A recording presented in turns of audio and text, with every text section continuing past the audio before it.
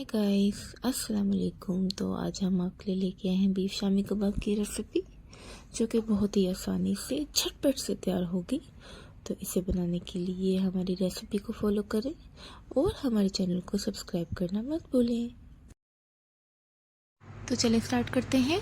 सबसे पहले हमने लिया है बीफ 1 किलो विद बोन। आप बोनलेस भी ले सकते हैं।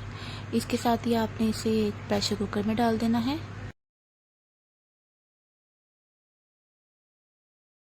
के साथ ही एक लार्ज साइज की प्याज डाल दें। 7 से 8 जवे लहसुन के डाल दें।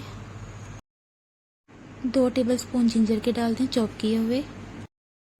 1 टेबलस्पून आपने डालनी है red chilli powder, half teaspoon turmeric powder, 1 teaspoon कुटी हुई लाल मिर्च, 1.5 टेबलस्पून कुटा हुआ सूखा धनिया, 1 टीस्पून ज़ीरा और इसके साथ ही 1 टीस्पून नमक डाल दें।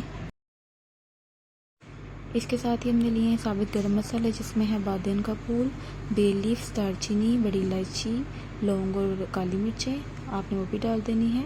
और इसके साथ ही 1 लीटर पानी डाल दें और इसे 20 मिनट के लिए प्रेशर लगा देना है, यहाँ तक कि गोश्त बिल्कुल टेंडर हो जाए।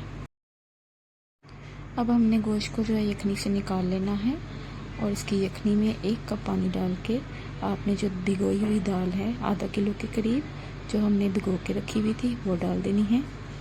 इसके साथ ही आपने 3 से 4 अदद हरी इलायची डालनी है और 10 से 15 मिनट के लिए इसको प्रेशर लगा देना है। यहाँ देखें हमारी दाल बिल्कुल रेडी है, गल चुकी है।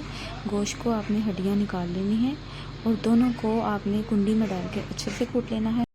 यहाँ देखिए हमने दाल और गोश्त को अच्छे से मैश कर लिया है। इसके साथ ही आपने इसमें थोड़ा सा हरा धनिया और हाफ टी स्पून गरम मसाला पाउडर ऐड करना है और आपने इसकी राउंड शेप में टिक्कियाँ बना लेनी है और इसे इस तरह से आपने फ्रीज कर लें।